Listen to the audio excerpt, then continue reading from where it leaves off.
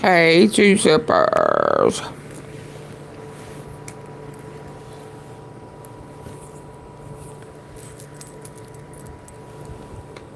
Hey, hey, hey.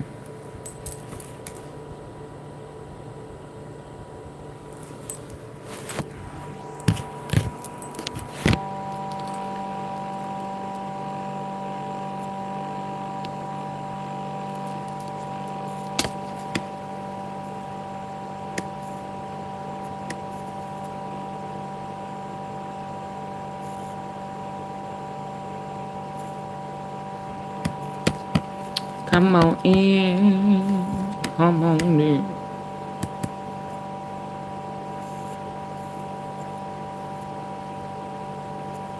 Come on in. Come on in.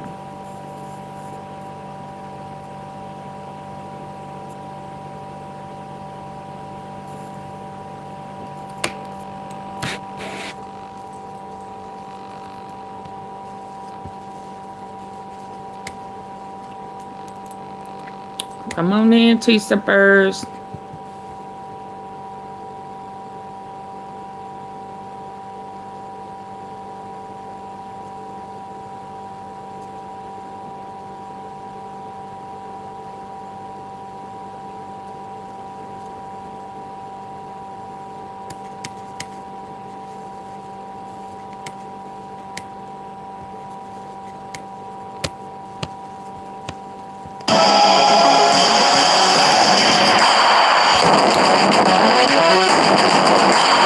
Warning came a day after he had said that Christianity was facing an existential threat in Nigeria. Trump said if the Nigerian government continues to allow the killing of Christians, the United States will immediately stop all aid and assistance to Nigeria. He then went on to mention the possibility of military action to wipe out Islamic terrorists who are committing horrible atrocities. Nigerians have had a varied reaction to Donald Trump's threats, with some welcoming assistance, while the government officially refutes his claims and questions the underlying motives and characterization. Yeah, or the underlying motive is all. We heard that today. Earlier. Y'all come on in. Let's talk about what's going on. He all over the place. He does not want to talk about them Epstein files, do it. Whatever he can do. I saw that. Did y'all see that 60-minute in? I cannot. I cannot. They sit up there and let him lie. They don't challenge him. And when she tried, he was like, oh, I cannot stand his lies. He can't stand, you know, that. He just trying to take all the way over. If he not going to make no money, he said, I don't care nothing about the salary. $400,000 a year for 4 years. Don't pay me, because I'm going to pay myself.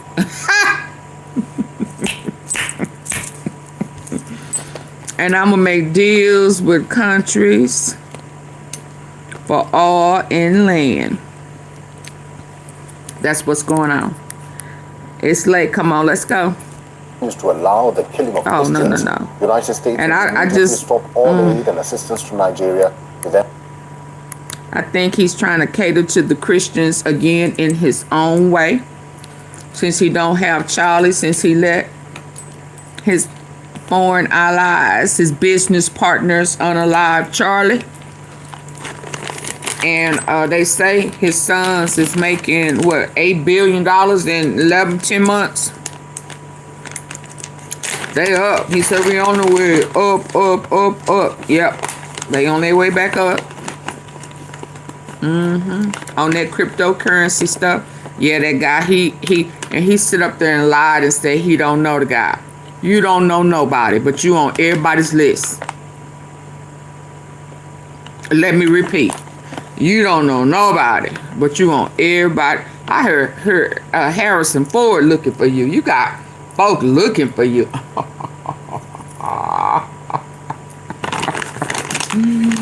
Let's listen. Nigerian President Bola Tinubu is hoping to meet with U.S. President Donald Trump, who earlier threatened military action over alleged killing of Christians. The U.S. President says he has asked the Pentagon to map out a possible plan of attack. Trump's warning came a day after he had said that Christianity was facing an existential threat in Nigeria.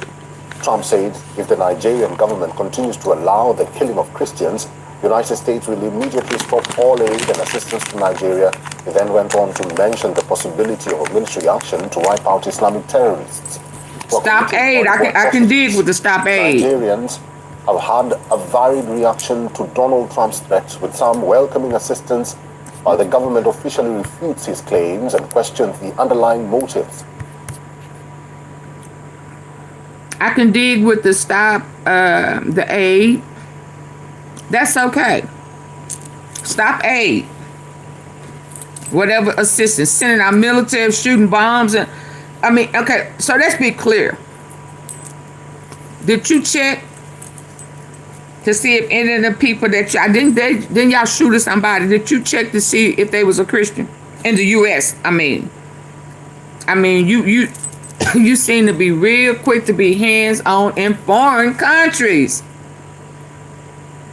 Which one of these people that foreign countries that you all up in their ass, which one of them gonna come over to the U.S. and help you out with your destructive behavior to the citizens? I mean, really?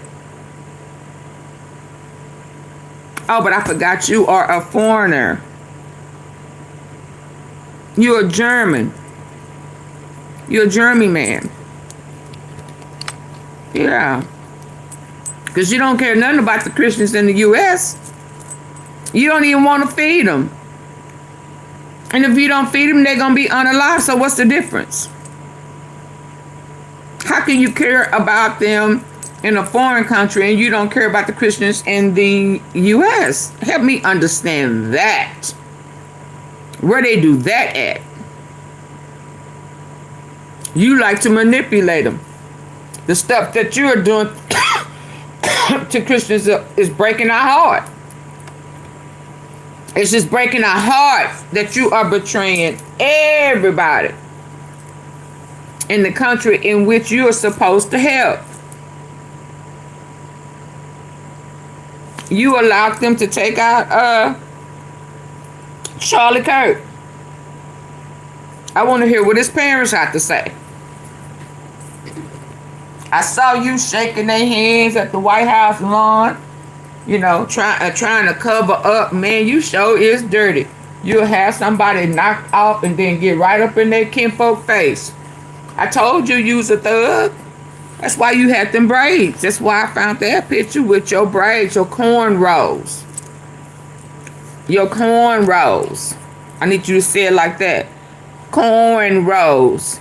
Yeah, because you's a thug. And you got her right up in Charlie Kirk family. Mama and daddy shook their hand, gave them a plaque. You're welcome to, gave them some cake and ice cream. You know, y'all had a big old party and all that. And you sit right up and allow them to take out Charlie. And you still ain't mentioned who was the people in that all black on top of that roof. Yeah, so miss me. I ain't buying it, but carry on. Varied reaction to Donald Trump's threats, with some welcoming assistance, while the government officially refutes his claims and questions the underlying motives and characterization of Nigeria. Is that how I look in Nigeria? Assistance to Nigeria. He then went on to mention the possibility of military action to wipe out Islamic terrorists who are committing horrible atrocities. Nigerians have had... Now, you know I did a little research on you, Donnie boy. You know I did a little research on this war. The Nigerian government continues to allow the killing of Christians. And I just don't understand how you pro-Christians at your convenience, and then you Zionists with BB and them, but he mad at you. So is this the kiss to make up with BB Netanyahu? You don't want him to sue you? Huh? And okay, so let me tell you the reason. Because I heard that Nigeria,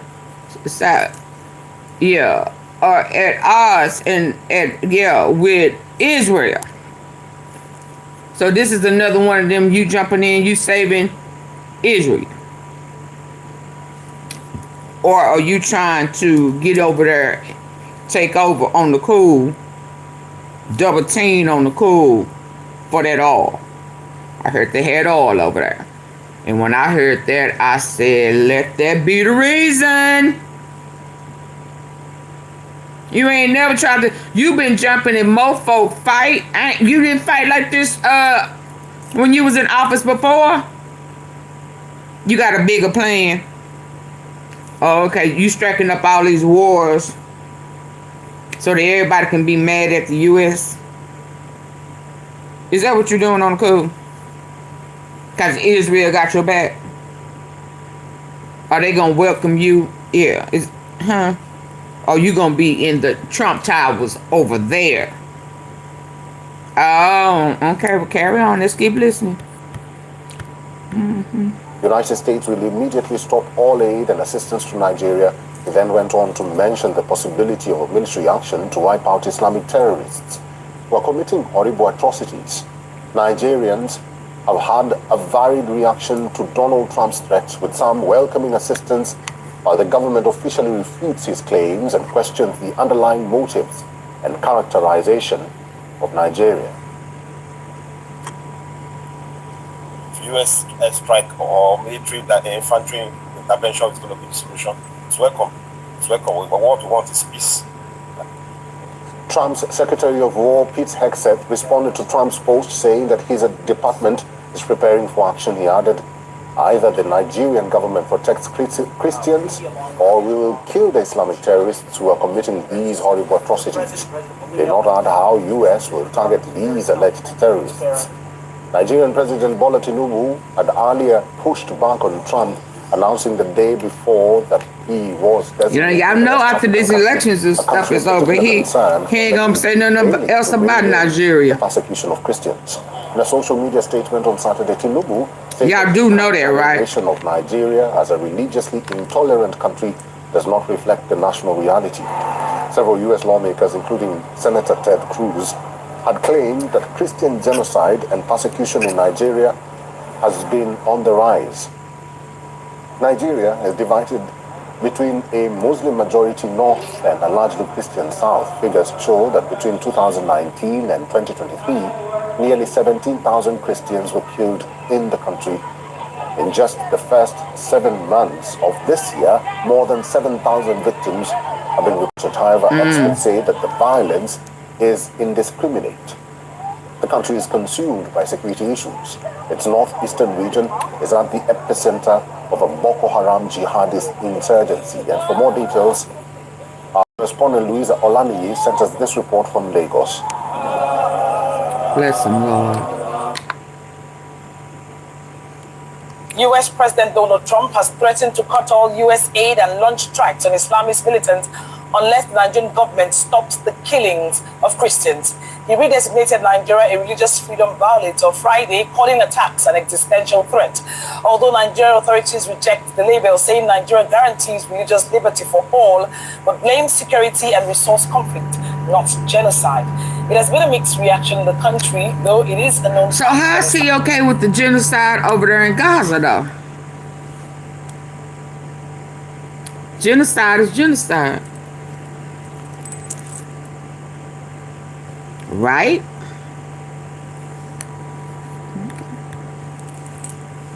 Because that's he got business deals over there.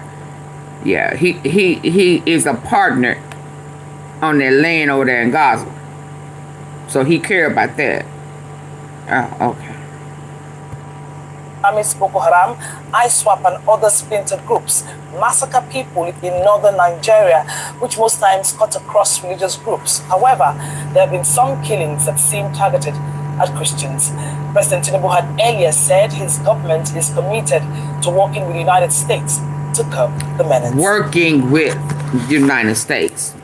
Not y'all going over there. From Lagos, Nigeria, Louisa Olani. We on. Yeah, not coming over there dropping bombs. I can dig it. I can dig it. Hold on. Hold on.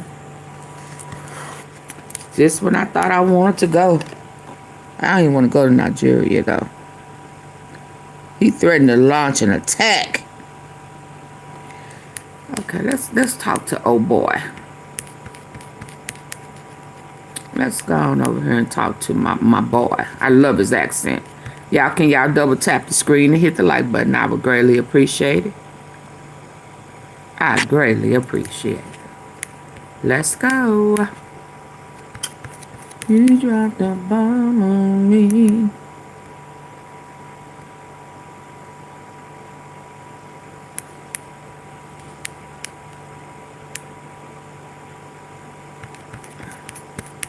That crypto, y'all done made millions, billions.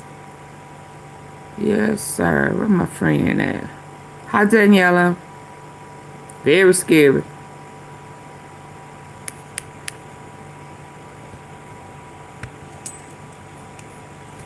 It must be complicated working with a friend. She's one of your karmic ties. Like, do you realize that? But I love you. Yeah. We should never have let a Than Musab convicted Baba, fellow. a Sudan researcher, to talk to us about the horrific events unfolding still in Sudan. Who better than Musab Baba, a Sudan researcher, to talk to us about the horrific events? Let's hear let's hear how it's really going over there, y'all. You may be able to tell me something about Nigeria too. Musab, very big welcome to you. For the first time, I think, hey, to Grateful. the mother of all talk shows. Very good to see you. Let's start, if we may, with Sudan. What is happening there? Mossad. Thank you very much, George. It's a pleasure to be with you on the show. Sudan has had a long cycle of wars, and basically the main kind of arc of history that kind of caused these wars was Sudan's kind of, a victim of geography, but also being kind of at the front lines between, the global south and, the global north. That was kind of the classical view of Sudan, that conflict between the east and the west, and Sudan kind of being caught in the middle. Back in the late 70s, there was a switch, that coincided with the introduction of kind of the neoliberal era of empire. And Sudanese leaders have had to toe that line between, the U.S. policy and empire's policy and looking elsewhere for allies. This changed when the Bashir regime came. And they tried to put on a facade of being independent, even though they were still working with the World Bank and everything. And before them, of course, Nimeri was pretty much, the U.S. man in the region. But this then caused a lot of problems within Sudan, because these were autocratic regimes, but also ideological. It's a very Arab-centric, government from the Bashir days. This then, the reason South Sudan had such a long war is because they didn't want to be second-class citizens. This kind of spread then into the rest of Sudan, to the Nuba Mountains, into Darfur, where you started seeing rebellions happen because of the marginalization, because of the status as being second-class citizens. But a lot of this was in lockstep with kind of the larger U.S. policy. You know, if you remember in the late 90s, Sudan was on the list of the 7 countries in 5 years. So that created even more pressure on the Bashir regime. And, you know, they kind of forced South Sudan, and a lot of it was by South Sudanese, you know, declaring their own independence. But it was also kind of pushed by Western countries to separate Sudan. The problems never got solved. You know, people remember the Darfur war in the 2000s, and people wonder kind of what happened to it, because there was, you know, the Save Darfur movement, and it was, you know, a little bit astroturfed, but the sentiment was real, the war was real, and the genocide was real at the time. But it was never resolved. There was no accountability. You know, the ICC, of course, indicted Bashir and everything, but it was just, you know, something to keep him more as a liability rather than actually solving the problem itself. But essentially, during the Darfur war in the 2000s, the Janjaweed won the war because they had the support of the central government, and, you know, Bashir and the NCP and SAF actually incubated them. What made the problem even compounded was now how many foreign actors were actually supporting the RSF. So the European Union, in order to quell migration, actually did the Khartoum process in 2014 or 2015, and basically funneled arms and supplies to the RSF through the central government in Khartoum. So now you have this militia that was created by the Bashir regime and incubated by them, now strengthened by the European Union. The European Union say that they didn't support the RSF directly, but they supported the Bashir regime, which had the RSF as its main ground force in Darfur and all western points in Sudan. The Yemen war was also a huge problem because it started militarizing not only within the RSF, but also the official army. You know, the Yemen war was seen as a cash cow for the most impoverished areas in Sudan. And basically, it made the RSF grow exponentially. The other issue was that, you know, in 2014, Sudan switched from kind of being allies with Iran and China and Russia, and went exclusively into the fold of the Gulf Arab countries, specifically Saudi Arabia and the UAE. Egypt also was starting. What about Saudi? I said Qatar. Whoa, let's hear this with our good ear. Cause there's a reason why he jumping in the fight. Let's go. In 2014, Sudan switched from kind of being allies with Iran and China and Russia, and went exclusively into the fold of the Gulf Arab countries, specifically Saudi Arabia and the UAE.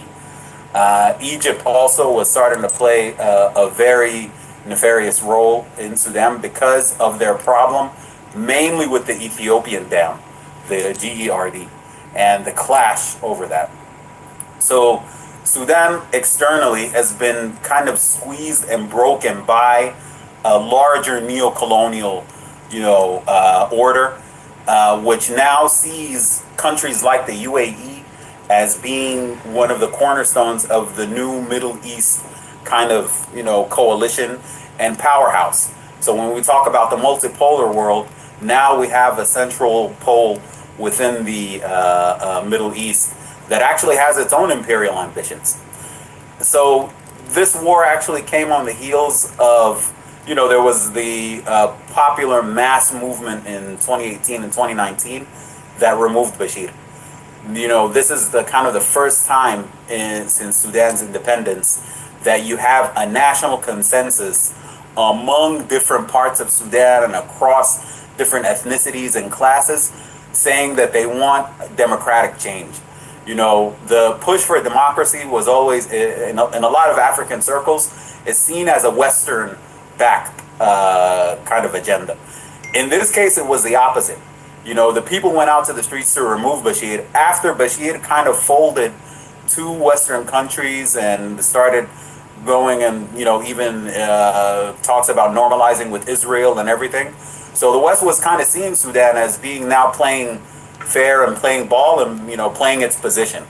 The movement in 2019 disrupted that and said, no, we want a sovereign country. We want our resources to be owned by Sudanese, because that's a big part of it. Oil, when South Sudan was still part of Sudan, you have livestock, gold, gum arabic, agriculture is huge, you know, food security for the Middle East. So, and not to mention the Red Sea as well, having a long coast on the Red Sea and all of the conflict around the Red Sea from competing nations, you know, all from Russia all the way to the US. You have the UAE, Turkey, all kinds of countries wanting to set up shop along the Red Sea. So Sudan has a complicated past, but the kind of fascist nature of the Bashir regime for the past 30 years, and you could go back the past 40 years along with Nimeri, have kind of led to this break within Sudan. And unfortunately right now, with the RSF being unleashed on the population, you now have the possibility of a third split where Darfur and Kordofan would split off from Sudan. There is a lot of pressure, of course, for, you know, the negotiations to happen between SAF and the RSF, but the human toll has been astronomically tragic. You know, the over 12 million people displaced from their homes. There's hundreds of thousands of deaths, although the real tally is unknown. But the Sudanese civilian has been paying the price for the past 30 or 40 years on this. And unfortunately, the more you are in the margins of Sudan and belong to indigenous groups in Sudan, you're carrying a heavier toll of these wars. To what extent is, let's try to drill down on the ontology here. To what extent is it Arab versus African? To what extent, I mean, the conduct of the RSF this week has been like ISIS on steroids. But do they share the ISIS mentality as well as the modus operandi? And if they were to further partition Sudan and take these areas, what kind of state would that be? So the identity issue is a huge issue that's kind of been, you know, a dark cloud over Sudan for a long time. And the Arab versus African dynamic is true, but it's much more complex than just, you know, ethnicities going against each other. You know, the RSF is made up of mainly nomadic tribes that are pastoralists and depend on grazing lands. You have most of the indigenous groups in Darfur. The non-Arab groups are agricultural groups. So then you have other issues like desertification. Pastoralists have to move further south, encroaching on farmers' land. So there is that dynamic that feeds into the existing kind of split between Arab and non-Arab.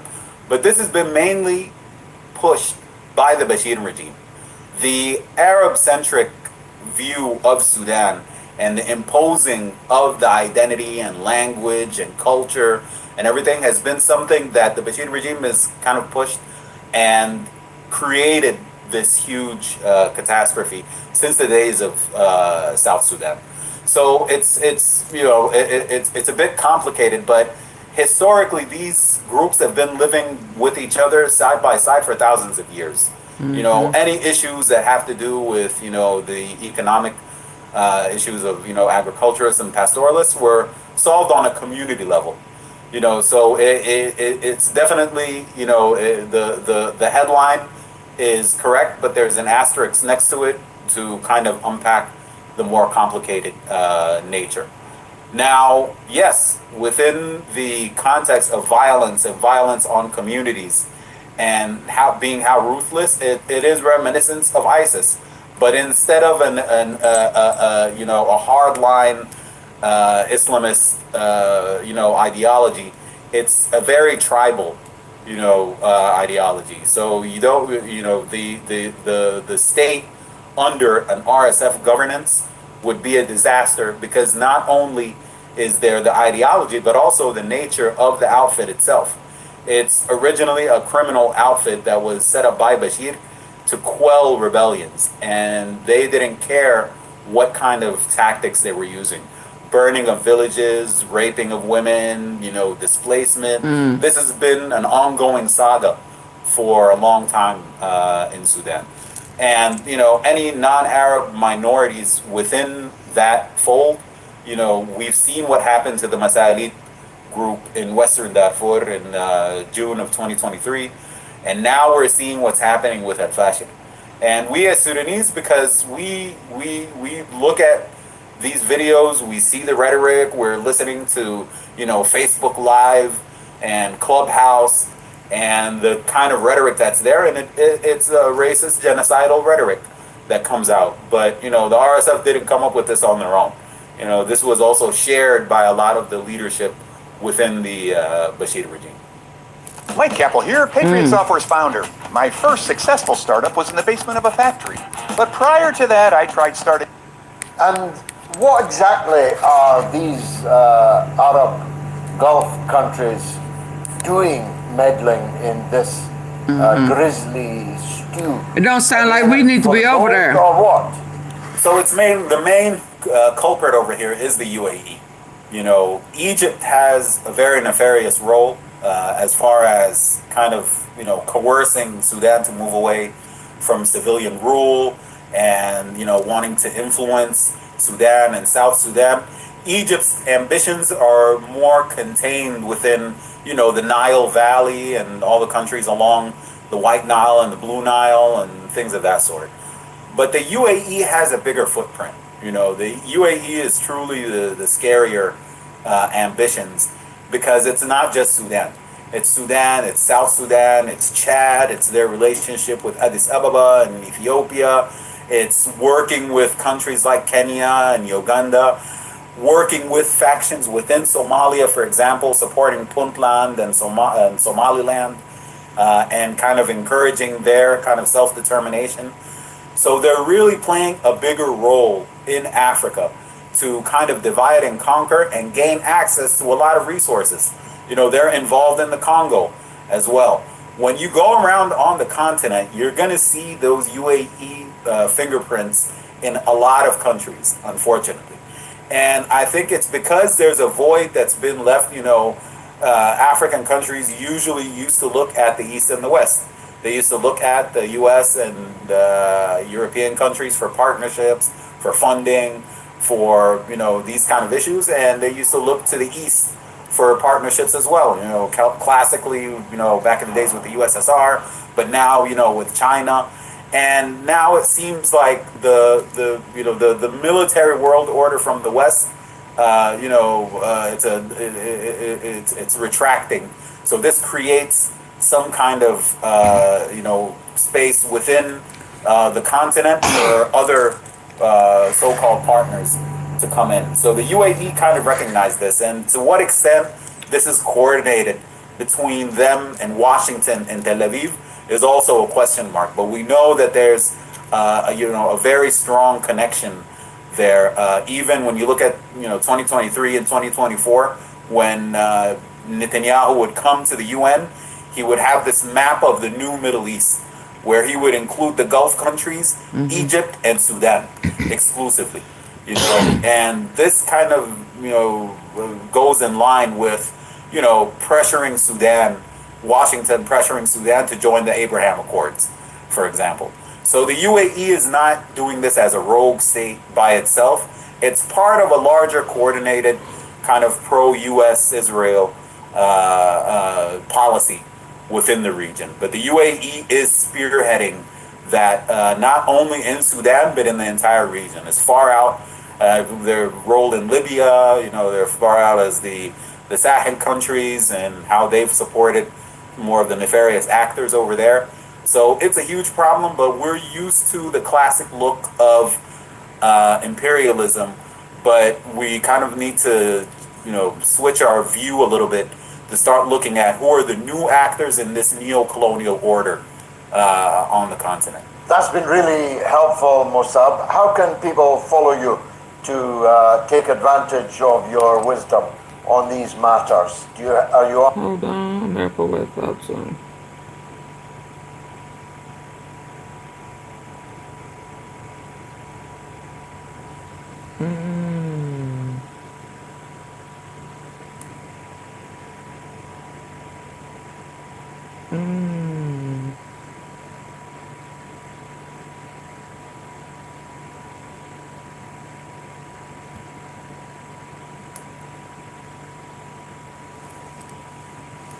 Okay. In a detour. We're about to make a detour.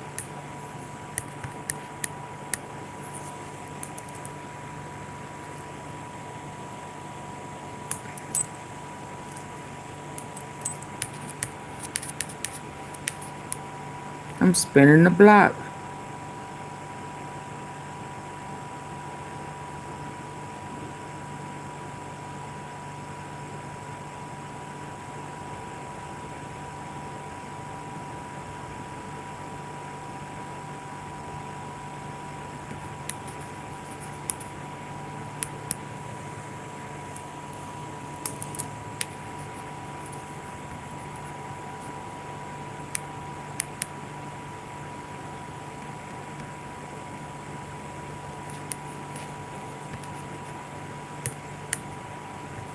Historic, game-changing technologies now starting to scale. But America and the world itself are going through huge contortion. And there's been 3 previous junctures where Americans have found themselves in this exact place. And the key piece of this is tipping points. When do you go from the slow build of a thing that's kind of clunky and not really working, do you all of a sudden get an iPhone that goes, holy shit, this is the most amazing thing in the world, and then everybody needs it. And what I'm trying to tell you now is we are in the middle of 3 tipping points that are world historic changes that are happening around us today. I'm Pete Leiden. I've basically been following the story of technology and its evolution and looking ahead into how it's going to change the world over the next 25 years.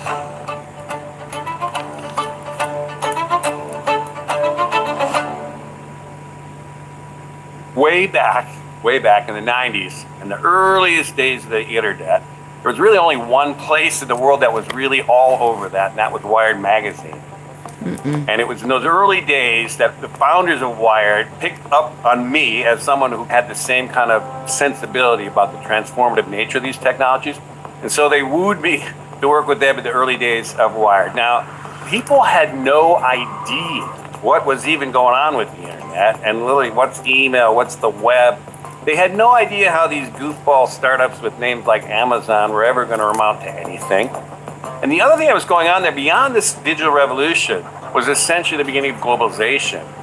And so myself and my co-author, which was Peter Schwartz, wrote a famous, iconic cover story at Wired that was called The Long Boom, and it was a history of the future, the story from 1980, which is in our past, to 2020, which was in our future, trying to explain what was really coming.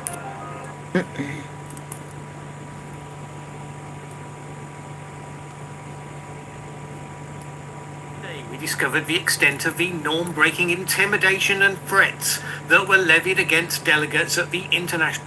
The Trump administration continues to show that it has only one mode of operation, which is to bully. 2 separate issues, one thing in common. First, just today we discovered the extent of the norm-breaking intimidation and threats that were levied against delegates at the International Maritime Organization as they were looking to decide a carbon tax on shipping recently.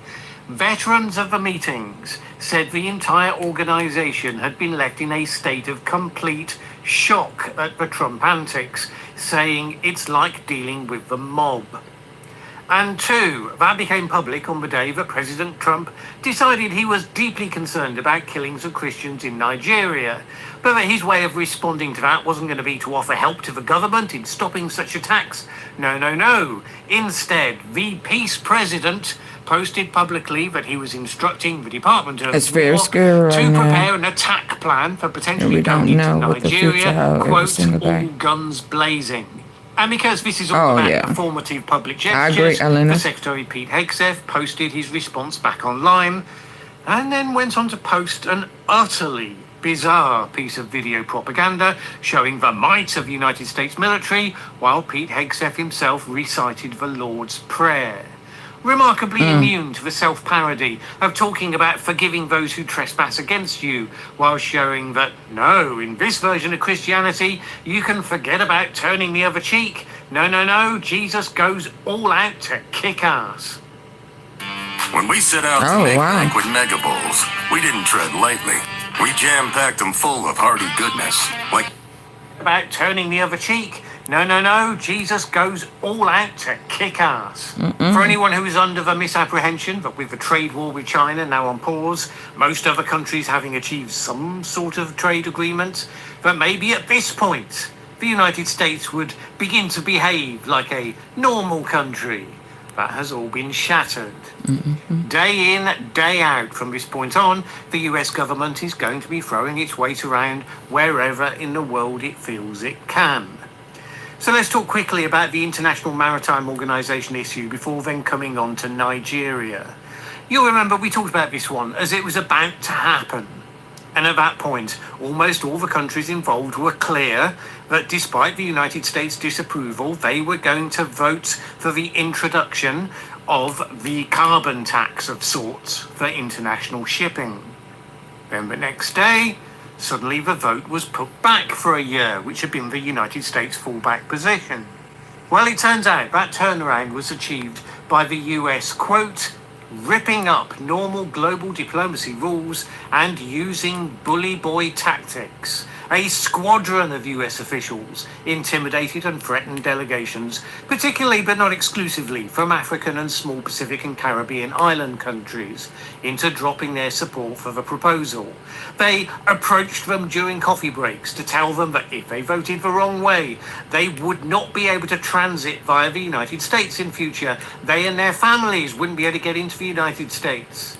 A diplomat from one of the threatened nations told the FT it was like the New York street. They went from delegation to delegation, threatening them, telling them to go back and speak to their capitals, warning what would happen if they didn't change their mind. He added, it's like dealing with the mob. They don't need to tell you exactly what they're going to do to you, just to make it clear there will be consequences. He said that today in their 60 minutes. Delivered to the governments at home, with formal diplomatic protests from the American embassies in countries such as Bangladesh and Japan and Indonesia. These were delivered directly to the heads of government. The FT said that one such protest that it had had sight of included threats of hitting the country with additional trade tariffs, increasing fees on their ships when they docked at US ports, and refusing US visas to the crew members of such ships. Creon Butler from the foreign policy think tank Chatham House said this approach would likely backfire. In the very short term, this might work, but in the medium term, it increases the chances that non-US countries will conclude they cannot work with the US, making agreements independently amongst themselves, which simply work around the US. At that point, I guess Trump could still threaten to invade them. I mean, having dropped bombs on oil-rich Iran and massed troops with a view to potential actions against oil-rich Venezuela, Trump is now instructing his military And that's why he struck in Venezuela. Against oil-rich Nigeria. If only there was some common feature in all of those that might help to explain these actions. I mean, I'm stumped, but there must be something. Anyway, President Trump posted this on social media. If the Nigerian government continues to allow the killing of Christians, the USA will immediately stop all aid and assistance to Nigeria.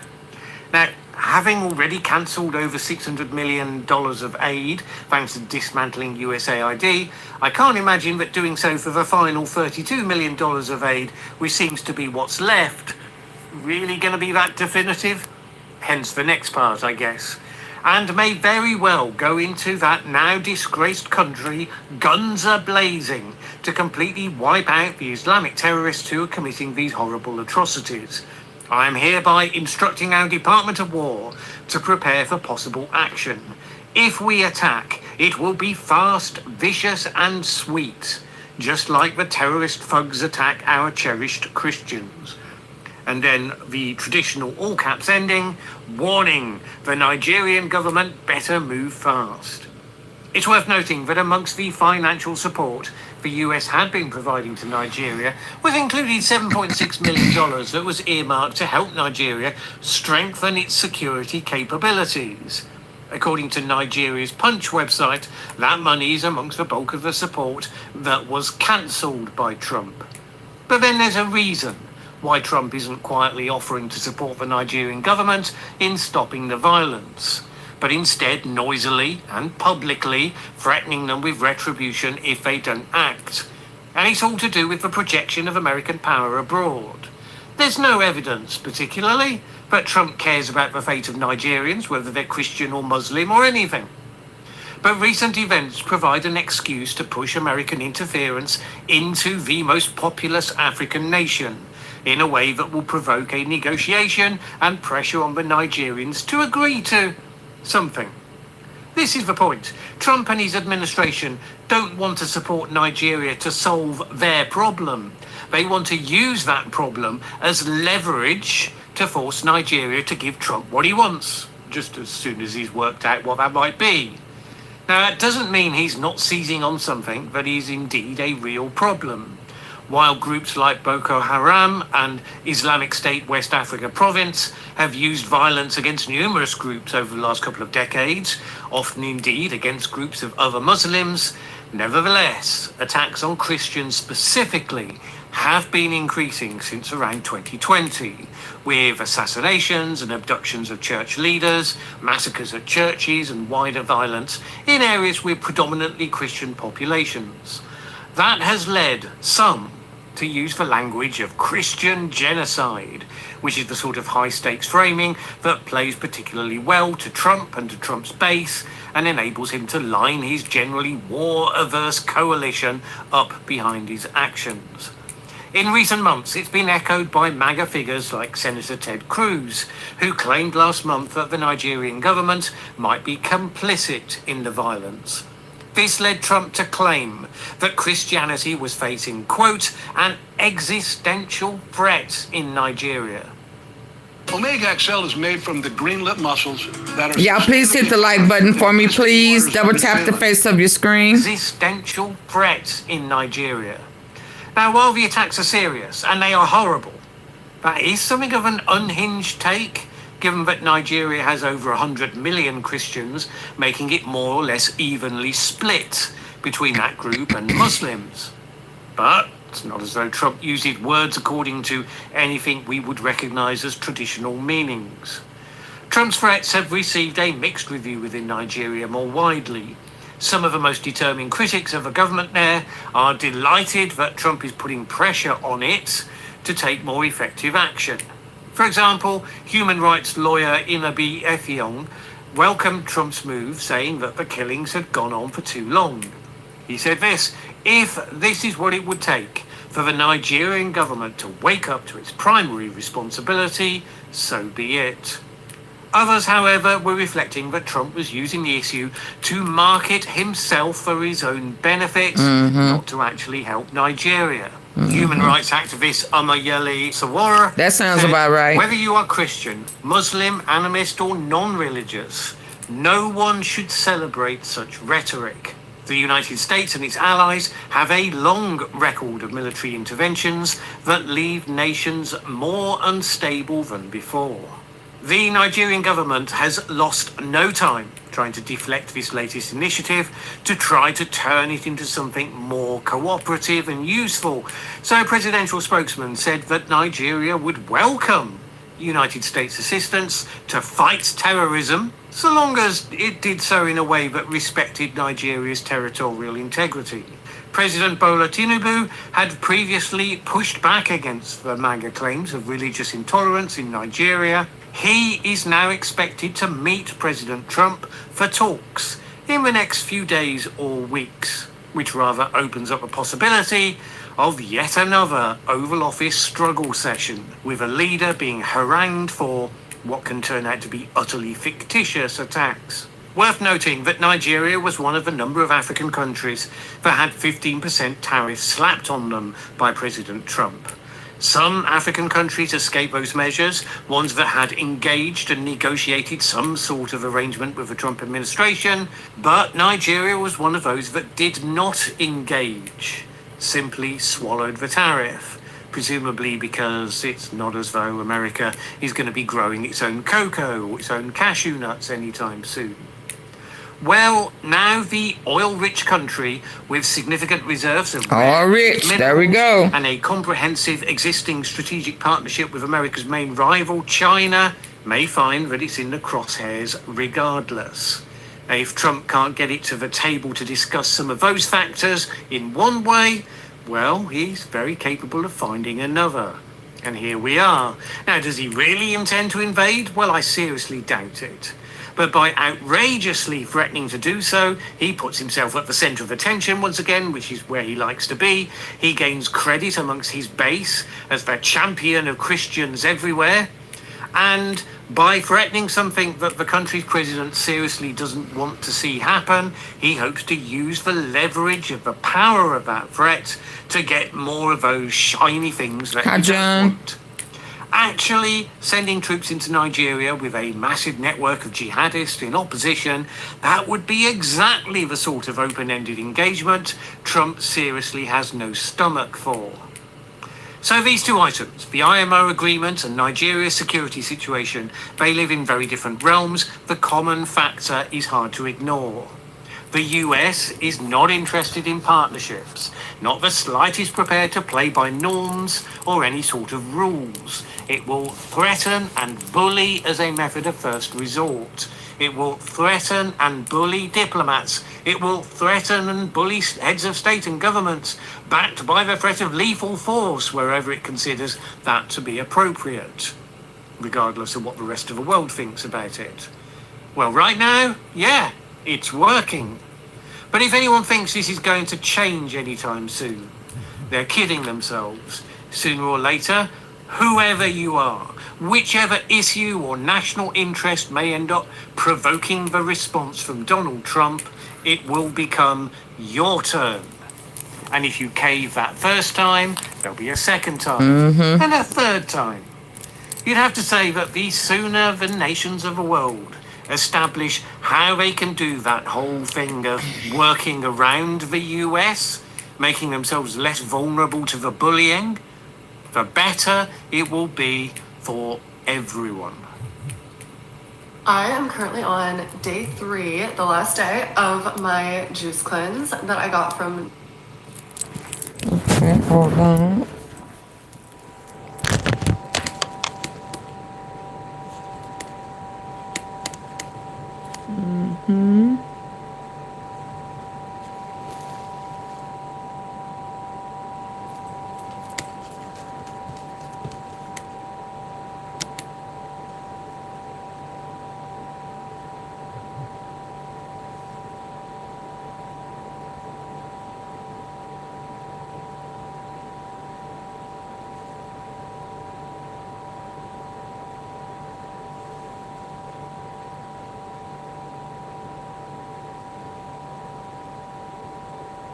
U.S. ain't got no control over the Middle East. I saw this one. Hold on. What comes next? Hello. They're trying to play in our face. He does not have no control over no.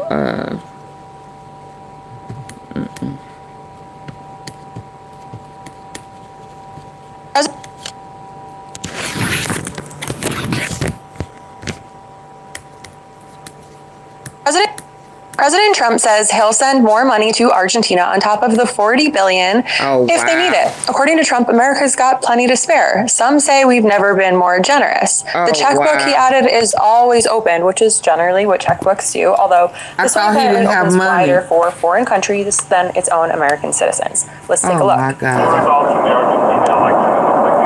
Wow, what a great question that is. I love that question because that was a big win in Argentina. I want to congratulate the victor, and he was a big victor, and he had a lot of help from us. He had a lot of help. I gave him an endorsement, very strong endorsement, and it was really unexpected to have a victory of that. Some people thought it would be hard to win, and not only did he win by a lot. So Argentina, how he win? I give Jameis and everybody, Marco, a lot of credit for that because we are sticking with a lot of the countries in South America. We're focusing very much on South America, and we're getting a real strong handle on South America in a lot of ways, including the fact that we don't want their drugs. We don't want drugs coming into our country. Hey, Vicky. Trump emphasized that he's ready to help Argentina with whatever they need, which consisted of saying, yeah, we would consider it when asked about sending additional billions of dollars. The White House has not explained where this money is coming from, but Trump said America is very rich and that nobody helps other countries like I do. Now, here's where it gets really interesting. His team is sending tens of billions overseas to bail out his far-right ally, Javier Milei. And conveniently, Treasury Secretary Scott. How much we want to bet he got stock over there? I wonder, did his boys buy land over there? Bessett's hedge fund friends who are heavily invested in Argentina, while claiming there's no money for Americans, because while Trump is writing blank checks to Argentina, Speaker Mike Johnson says contingency funds aren't available legally to prevent 42 million Americans from losing food assistance programs. That's a little suspicious to me. Let's look at the clip. Yes. USDA said they're not tapping into a contingency fund or to show those benefits they pay. Do you think the administration should tap into those funds or find other sources? Oh, no, they broke for the U.S. Well, look, I can tell you the administration has worked, as you all know, very creatively and very hard to limit the pain on the Americans because of the Democrats' shutdown. And the SNAP benefits is a unique situation. I got a summary of the whole legal analysis, and it certainly looks legitimate to me. The contingency funds are not legally available to cover the benefits right now. The reason is because it's a finite source of funds. It was appropriated by Congress, and if they transfer funds from these other sources, it pulls it away immediately from school meals and infant formula. So it's a trade-off. There has to be a pre-existing appropriation for the contingency fund to be used, and Democrats blocked that appropriation when they rejected the clean continuing resolution. So the way to make this stop immediately is we just need a handful. We need 5 more Democrats in the Senate to do the right thing, wake up and say, I'm going to say no to the Marxist far left pressure, and I'm going to do what's right by the people, the 42 million Americans in this country who rely upon this essential nutrition assistance. Am I going to starve my constituents or am I going to appease the Marxists? That is their actual calculation, whether they say all of that out loud or not. Everybody in this room knows exactly what's going on. And it's so infuriating to us. The best way for SNAP benefits to be paid on time is for the Democrats to end their shutdown. And that could happen right now if they would show some spine. Yes. Sources familiar with federal budgets say $40 billion doesn't just materialize out of thin air. But that didn't stop this money from setting a new benchmark in fiscal priorities. Budget analysis across the country are reportedly reassessing their math, with one anonymous economist saying it's hard to compete with Argentina, apparently. The administration also noted that U.S. farmers devastated by Trump's tariff war should just deal with it, which is encouraging news for both Argentina and anyone wondering where America ranks on the priority list. It remains unclear what the actual policy goal is here, but if the goal was to prove that Republicans will move heaven and earth to bail out wealthy hedge fund investors and foreign political allies while telling Americans there's nothing available, then the mission appears to be accomplished. And speaking of priorities, Republicans can also find $40 billion for a country that's defaulted on its debt 9 times, money that will benefit. The only kind of cheese you need this holiday season is the kind that brings everyone together. Our cheeses have no dairy, no cholesterol. Treasury Secretary Bessett's friends at BlackRock, Fidelity, and PIMCO, but they can't find a dime to feed starving Americans. We're going to unpack this in just a second, but quick reminder, hit the subscribe to support, and okay, back to it. Let me get this straight. We have money for Argentina, a whole lot of it, in the billions, with more available if needed, but SNAP benefits, food stamps for hungry families, Johnson says the contingency funds are not legally available to cover the benefits right now. The legal analysis, it seems, only applies when Americans need help. But the best part is these aren't regular budget constraints. There is a very, very good chance that this is just Republicans choosing not to help Americans. Money is only available when it's for feeding 42 million people, including children, seniors, and disabled Americans. But Argentina needs a bailout. Here's 40 billion. Need more? We would consider it. So the President of the United States is ready to send unlimited money to a foreign government that's defaulted 9 times while his own farmers are losing generational land and being told to deal with it. And 42 million Americans are about to lose food assistance because suddenly there's no legal authority to help them. That's where we're at. Lisa. Fresh off of his pledge to Argentina and his refusal to fund SNAP benefits, food assistance programs, we need to talk about New Jersey's Republican gubernatorial candidate, my favorite, Jack Ciattarelli, because this guy has earned a reputation for being called the Trump of Trenton, and his reputation and his record keep getting worse. I support the governor's cancellation of the ARC project, and I'll tell you why. If New Jersey was going to spend $3 billion, along with all the federal monies, to help people get into Manhattan, where they buy their newspaper, where they buy their bagel, where they buy their lunch, where they buy their dinner if they work late, where they buy a gift for their spouse if it's an anniversary or a birthday. That's all economic stimulus for New York City. So, Ciattarelli opposed helping New Jersey commuters with critical infrastructure back in 2011, arguing against a Hudson Tunnel project because he didn't want to provide economic stimulus to New York City. Think about that. This is so insane. He was willing to make life harder for thousands of New Jersey workers, people who commute to New York City every day for their jobs, just to spite New York. He'd rather New Jersey commuters sit in traffic, waste hours of their lives, and struggle with crumbling infrastructure than to see any benefit go to the region's economic engine. He was literally willing to hurt the exact communities he's now asking to represent to stick it to the neighboring city that employs them.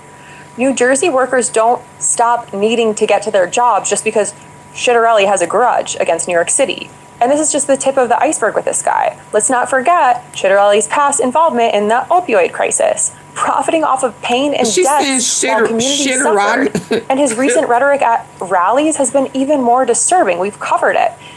People pushing to end marriage equality, making anti-Semitic remarks, and platforming extremists like Jack Posobiec, who was literally spouting creepy authoritarian garbage down in Wildwood with a Charlie Kirk memorial flag hanging in the background.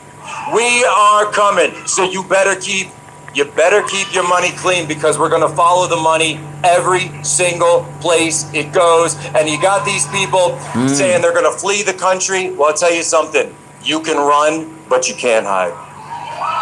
You can't.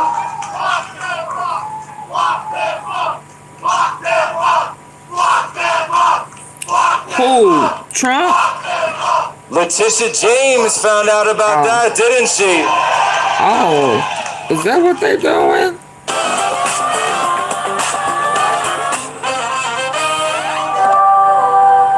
So New Jersey Republicans want you to elect a guy who's willing to screw commuters just out of spite, a guy who profited off of the opioid epidemic and wants to roll back marriage equality, put you guys in traffic, lean into anti-Semitism, and platform far-right extremists. That's the Republican vision for New Jersey. But it gets even worse, because while Trump is spending billions overseas and refusing to feed Americans, his ICE agents are now detaining U.S. citizens. Over 170 of them, according to a new investigation. Often through, racial profiling of Latinos. And when these American citizens assert their rights, ICE agents are telling them, you have no rights. The New York Times just published a devastating editorial documenting how Trump's immigration crackdown has become a campaign of racial discrimination. And as the Times writes, being Latino in the United States should not be a crime. But that's exactly what's happening. Federal agents are rounding up people with brown skin, catching both U.S. citizens and legal immigrants in their dragnet. The paper documents have masked how officials have shattered car windows, pulled out drivers, leaving children sobbing in back seats alone, and how Latinos are now afraid to speak Spanish or listen to Spanish music in public. Think about that. American citizens are living in fear of a government that is sworn to protect their liberties. And here's what makes it even more insidious. Videos show that many federal agents believe the burden of proof is on the Latinos to show that they are here legally, not on the government officials who are randomly accusing them of a crime. That's a complete inversion of how justice is supposed to work in America. As the Times writes, what separates democracy from authoritarianism is the rule of law and lawlessness, and a decent society from an indecent one is not just the goal, but the process.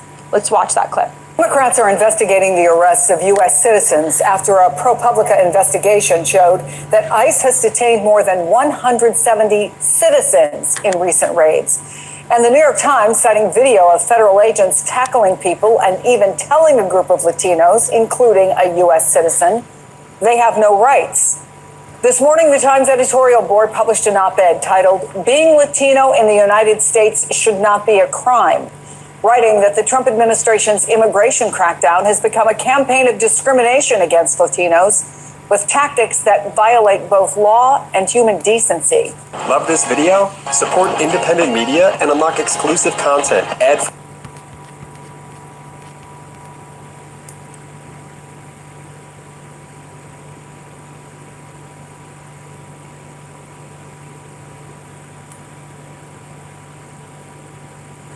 Dang, I don't know if I'm ready to go there.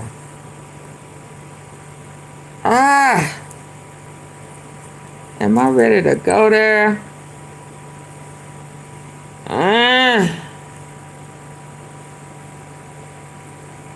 Are you ready to go there? Let's go. Let's go.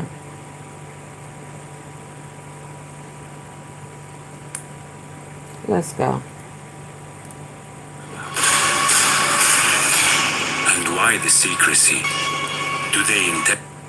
Y'all ready to go there? Y'all want to hear what they finna say about the New World Order? I don't know if we ready. I don't know if y'all ready to understand the plan.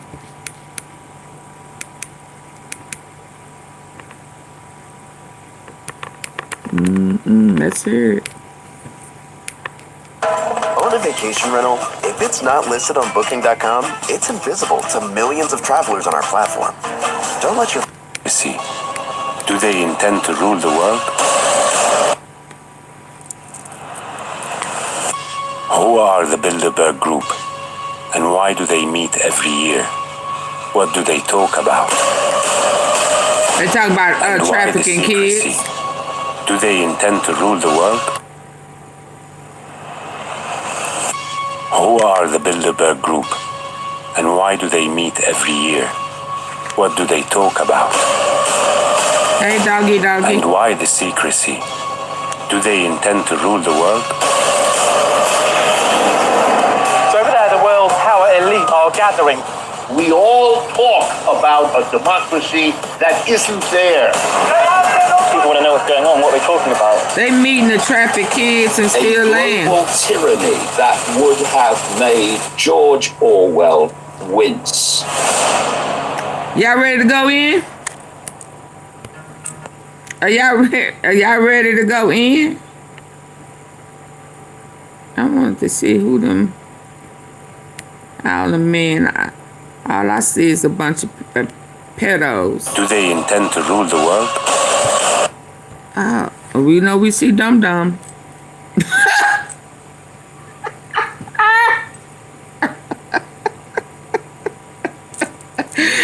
We see Dum Dum Dum Dum Dum. Woo! I was trying to see who was all lined up in the first place. The face I see is Dum Dum. Do they intend to rule the world?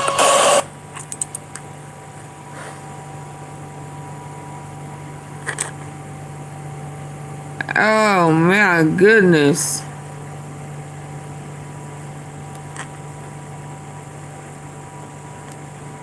Oh, boo. Lord, I was finna put a glass. I was finna say, now I know you harboring.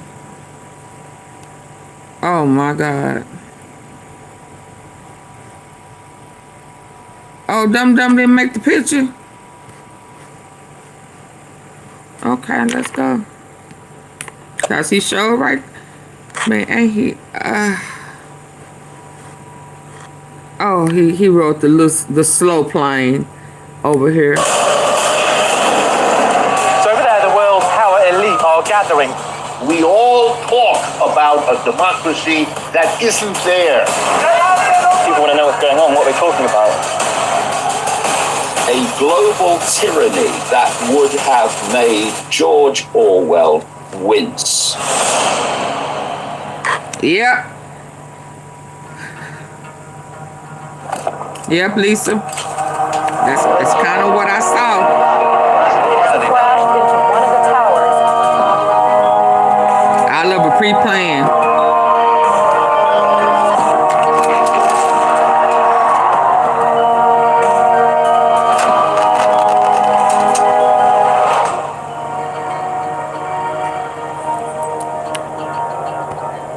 Okay, so I need for y'all to double tap the face of the screen on your phone. Hit the thumbs up or the like button. Oh, no.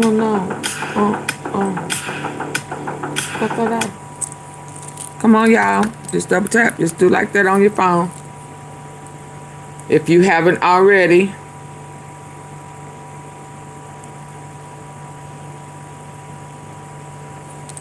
Decoded. They saying this is they going into the new. They say we pretty much have already started the new world order, especially with Trump saying today that he don't need Congress. I let y'all hear that earlier today. He don't need them for 4 years, and by that time, all our jobs will be gone. And he would have made all those deals in foreign countries, taken over, hijacked. They doing, what is it, Ocean 12, Ocean 11? They hijacking land and oil and gold. Y'all better stay woke. And trafficking. Did y'all know that they had a...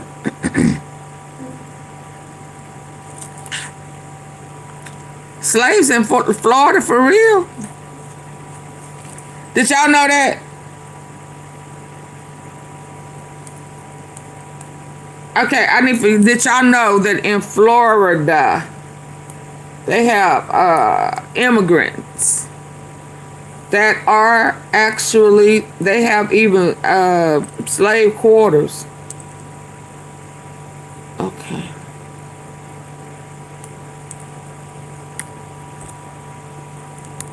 Let's end on that one. Okay? We're going to end on that. Did I cut the volume down?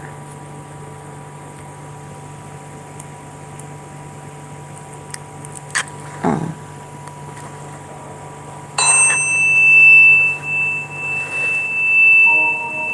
Why is it that for years it was even denied the Bilderberg Group even existed? There are splits among the people who run modern capitalist societies, and so they have meetings.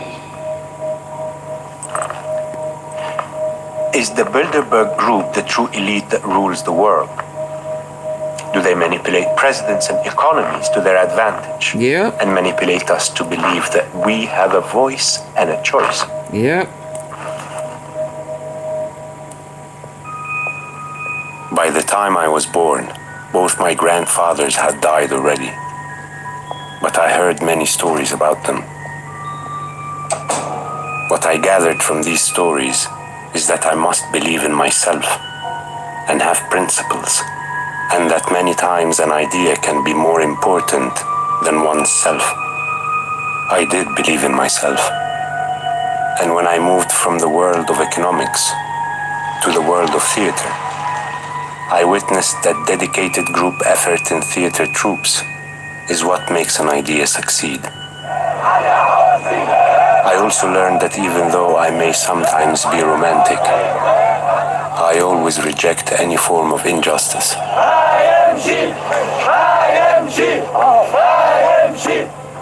It is not strange that we hear of individuals forming groups with the intention to hold power and rise above the people and democracy. Bilderberg Group, Bilderberg Group.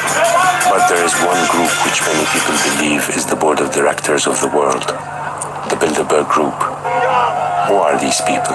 The billionaires, politicians, bankers, and European royalty. So over there, the world's power elite are gathering. People want to know what's going on, what they're talking about. If we cross that police tape, we'll be arrested. For me, what is said about the extra secrecy of the group raises questions. What are they trying to hide, if they are hiding anything? But even with their strict confidentiality, we may know a few things. We know, for instance, that the Bilderberg meetings were initiated by Prince Bernhard of the Netherlands in 1954 in the Bilderberg Hotel in Holland. The meeting takes place every year in a different place. We may also know the general topics discussed in the meetings.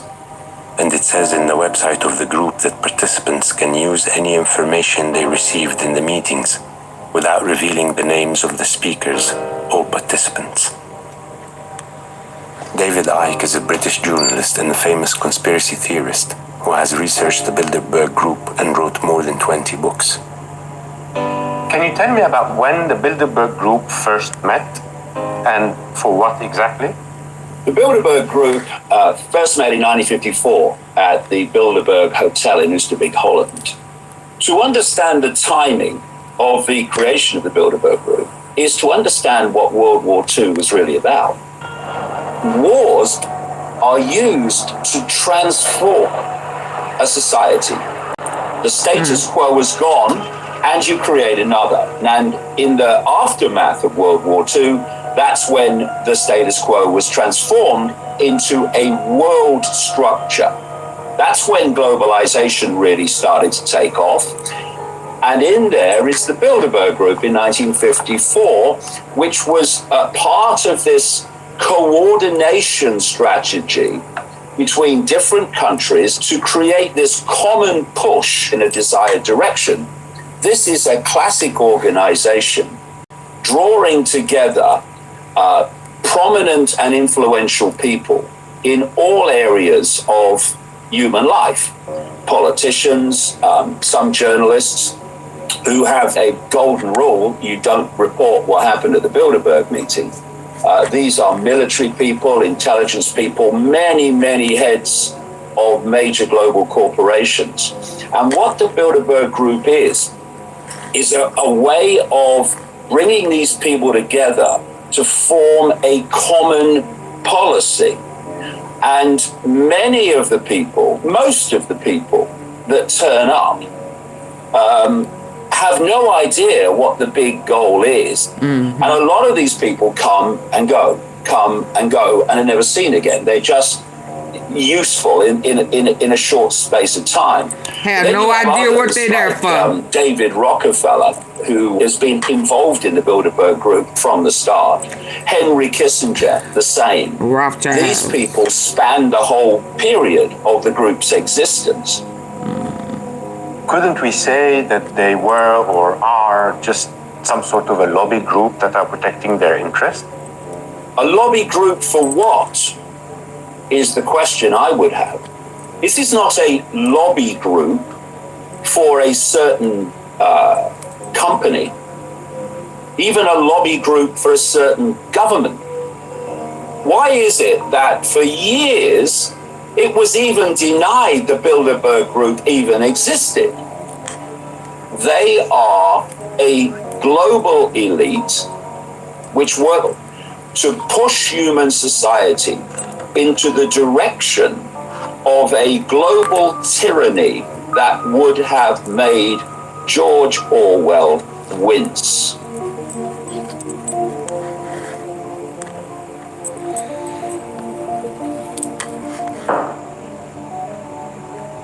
What are you thinking about? We can't just keep blaming everyone else for everything wrong that's happening in the world. We blame others when we feel powerless. Is he cloned? The question is, maybe they're not a secret society and they're just a private one.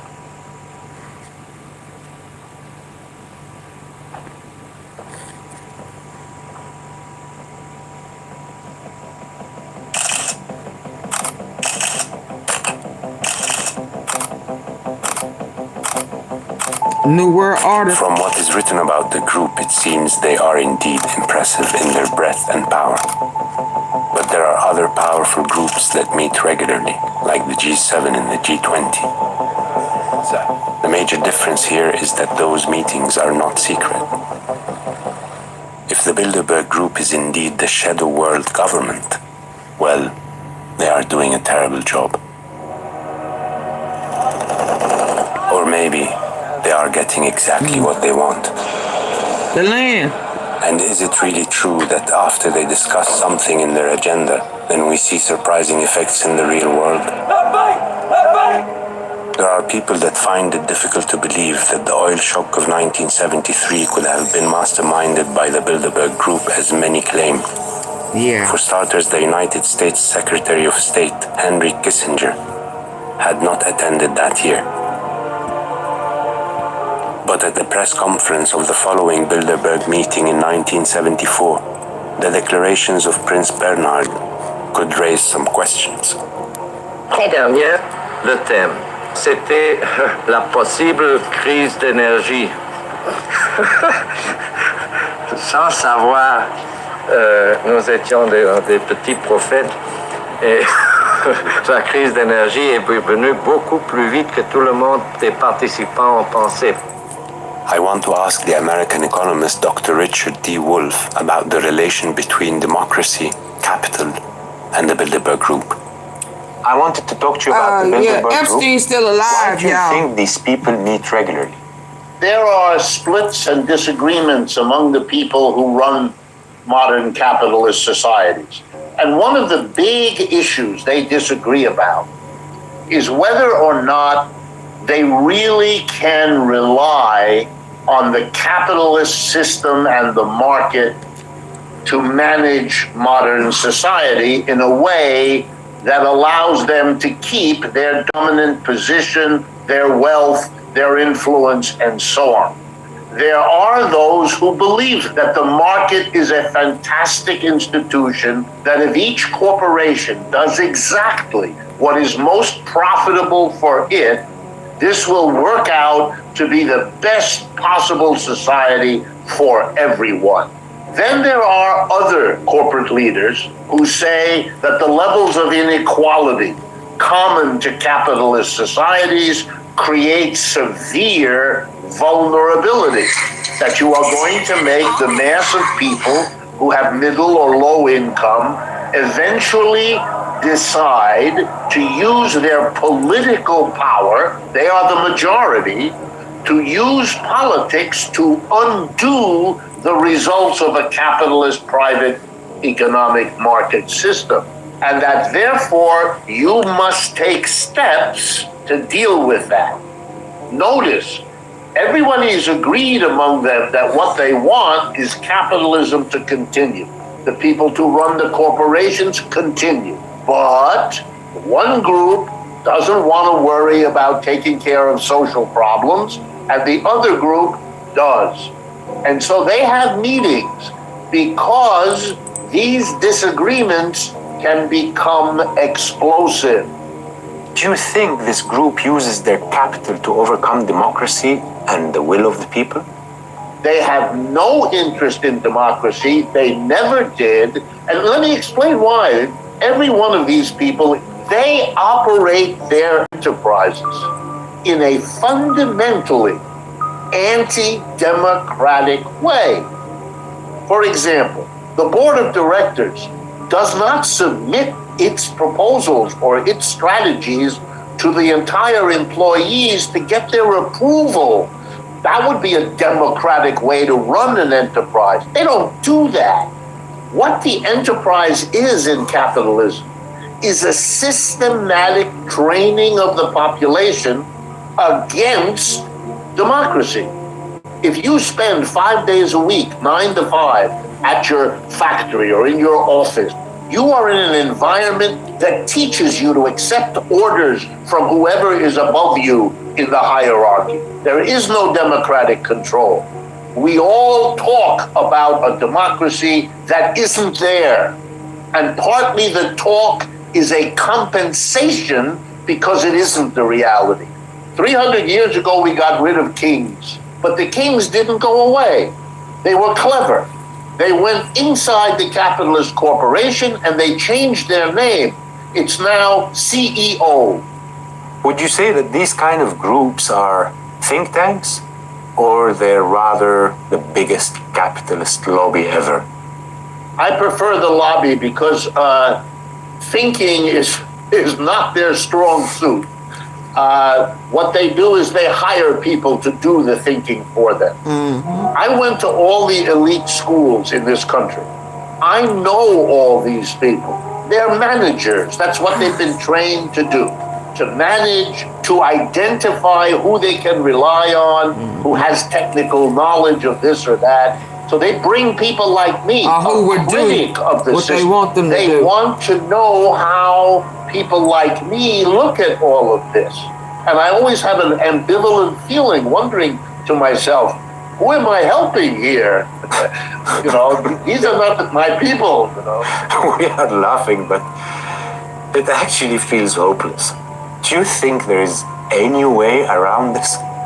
In the heyday, when these systems are powerful, they are powerful because they have persuaded the mass of people that it must be this way. From the first time I heard stories about my grandfathers, I had a heroic and maybe naive view of the world. As I grew up and learned more, that challenge was to keep the flame inside me alive. To believe that I can be part of the change. Oh, yeah, no. They're not gonna let nobody in. I think Trump, hell, I don't know. Hold on. Let me end on this one. Hold on. Let me get to it.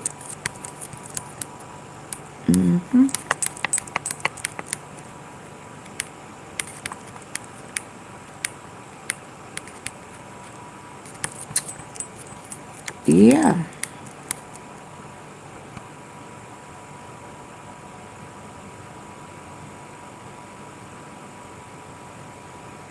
They done slid that slave trade on and back in there, baby.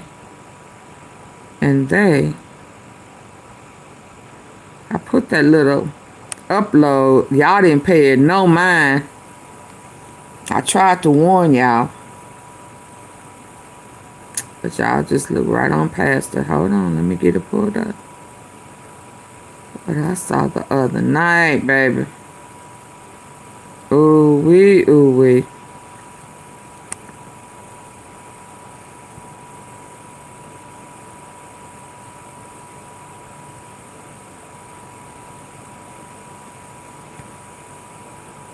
That's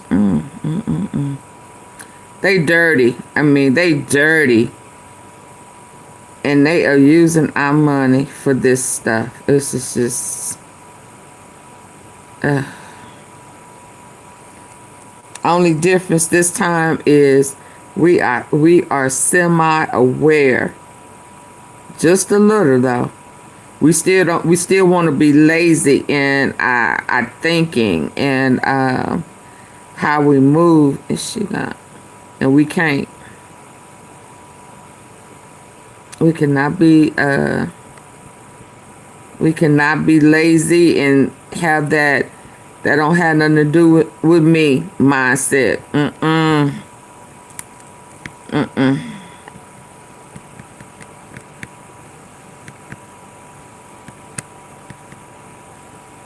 Where is it?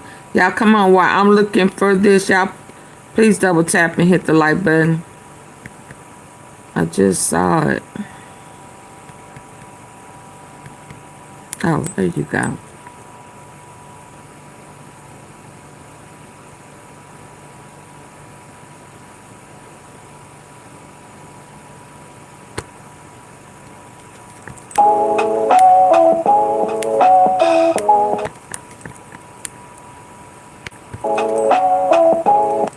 Very much.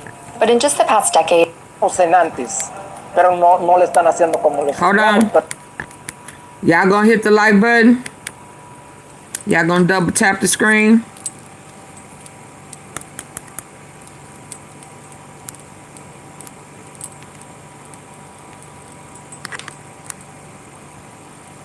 Double tap the face of the screen.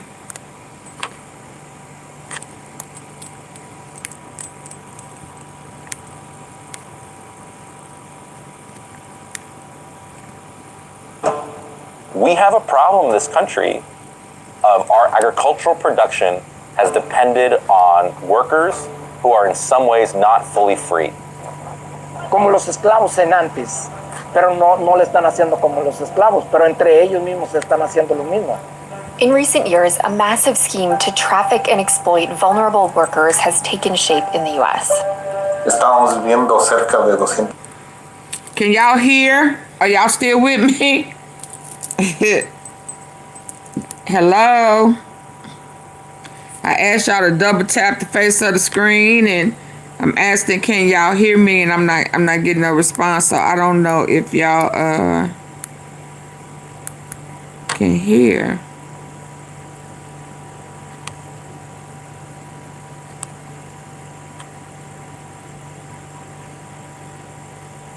Okay, hold on, let me see something.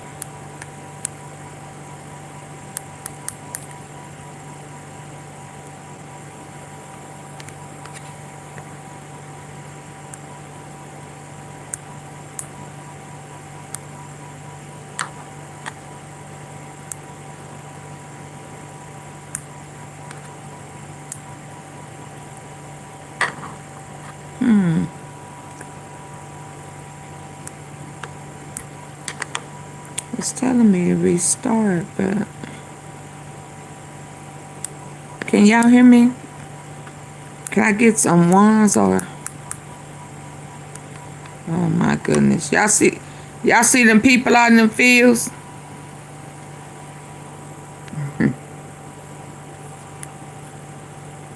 I sure hope y'all can see these slaves. We have a problem in this country of our agricultural production has depended on workers who are in some ways not fully free.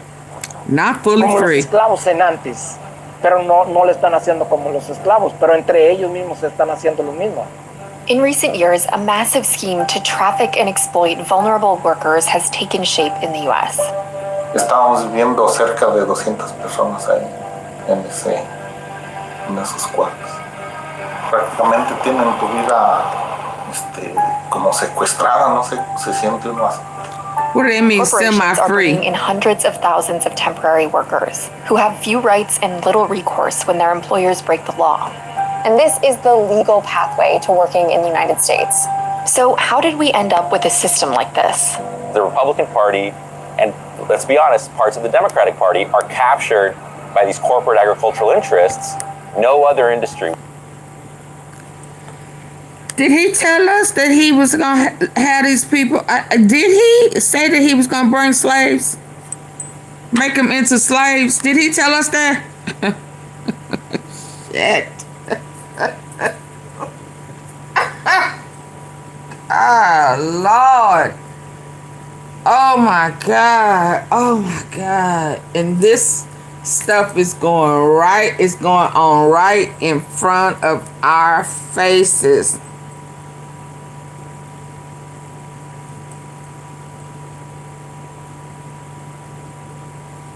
Yeah, but they've been talking about the New World Order for years. For years, Lily.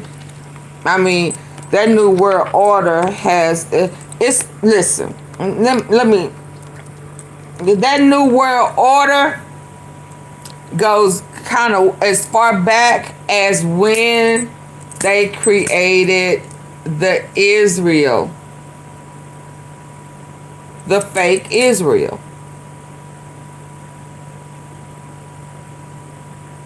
it goes back. And yes, it's Democrats because they're all in it together. So when they have those meetings, it always reminds me of when that undercover federal agent with that human trafficking said they will all come together, meet up at a hotel, and they have all those trafficked kids in there. And I showed y'all this morning on the first live, I think, that he had little boys and little girls. His youngest was 11, an 11-year-old boy.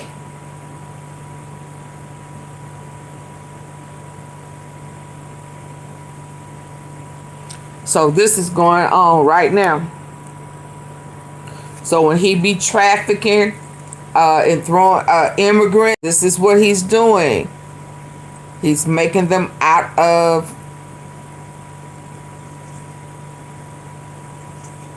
yeah. Let's be honest, parts of the Democratic Party are captured by these corporate agricultural interests. No other industry would get away with this. What we discovered on a trip to Washington State and California revealed how a visa for workers who are trying to play by the book became a legal loophole for corporations to perpetrate some of the worst types of labor abuses. And how companies are not only getting away with this, but are quietly scheming to make it even worse. Desde pequeño soñaba yo con venir a Estados Unidos. Soy ciudadano americano. Todos mis hijos nacidos en este lindo estado de Sunnyside, Washington. Sunnyside is an agricultural town in eastern Washington.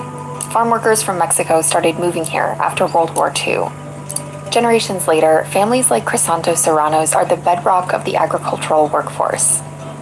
Crisanto's worked on farms here for the past 40 years, at least until last summer.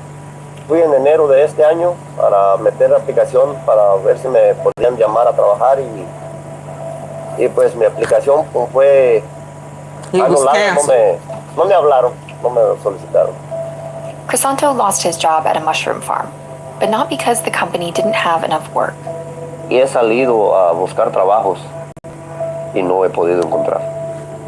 Pero ahorita, si vas a ranchos, tienen puro contratado. The contracted workers Crisanto's talking about are migrant workers who are brought to the U.S. on temporary work permits known as H-2A visas.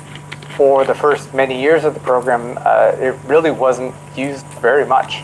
But in just the past decade, it's more than tripled in size. Please the H-2A join the program membership. is supposed to be a legal way for workers to come to the U.S. H-2A. But what happens in practice is very different.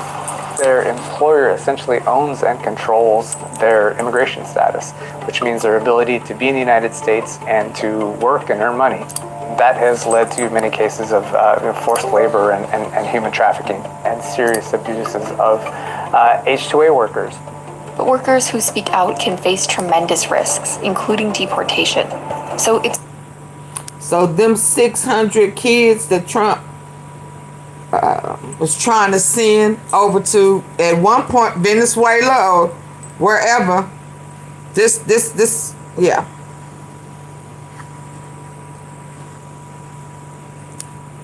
Who's regulating it? For the first many years of the program, it really wasn't used very much. But in just the past decade, it's more than tripled in size. The H-2A program is supposed to be a legal way for workers to come to the U.S. But what happens in practice is very different. Their employer essentially owns and controls their immigration status, which means their ability to be in the United States and to work and earn money. That has led to many cases of forced labor and human trafficking and serious abuses of H-2A workers. But workers who speak out can face tremendous risks, including deportation. So it's rare to get an in-depth account of what exactly workers are dealing with. We are on our way to meet Frank. He was an H-2A worker for several years out in Connecticut, but he now lives in Southern California. So we're going to meet him at the motel where he's been staying. Así vivíamos cuando trabajaba para Manzana, todo amontonado. Frank Javier Zavala Martinez was recruited to work in the US by a company called Manzana. He began the long journey from Mexico to Connecticut in 2021. When he got there, he found out he'd be staying here, a labor camp with 200 workers who slept on bunk beds separated by garbage bags or on air mattresses when there weren't enough beds. Frank raised his concerns to his supervisor. Le dije a Luis, vive mucha gente aquí, y él luego me comentó, me dice, si te gusta, si no, puedes buscar donde vivir. Frank worked up to 60 hours a week at Casertano Greenhouses, a plant nursery in Connecticut. There was no time off during holidays and no overtime pay. At what point did you start to wonder if what Manzana was doing was illegal? En el punto en que empezaron a cobrarnos el dinero por traernos. Y yo desde ahí empecé a notar que había cosas extrañas. Frank had to take out a high-interest loan to cover his travel expenses, costs that should have been fully reimbursed by Manzana, but weren't. Then he was charged fees in order to be recruited back the following season, which is illegal for companies to do. Now they charging them. Nosotros no dábamos esa parte de dinero, ya no regresábamos. Hubo compañeros que... So the border, he wants the border. He has this issue with the border not to stop illegal immigrants from coming over into the U.S. He just wants to be able to monitor it and make money off of it.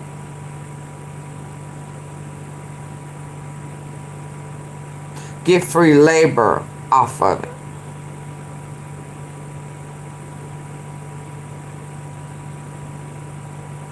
That's so jacked up. That is so jacked up. And so then you make them pay. They living horrible.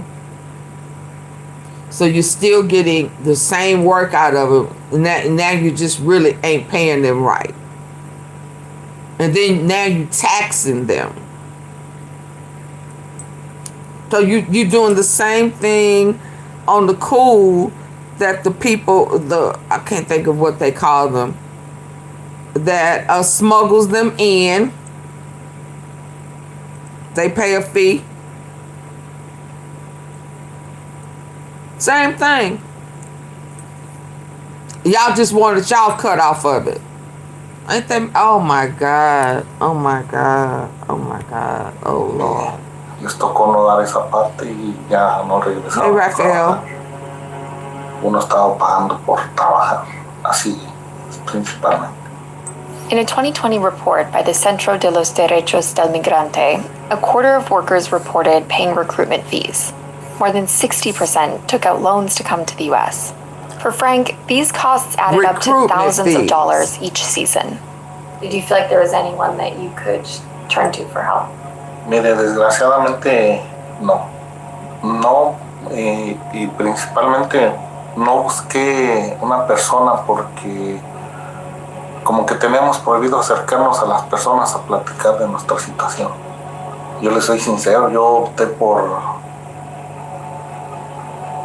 quitarme la vida porque yo no aguantaba la presión ya.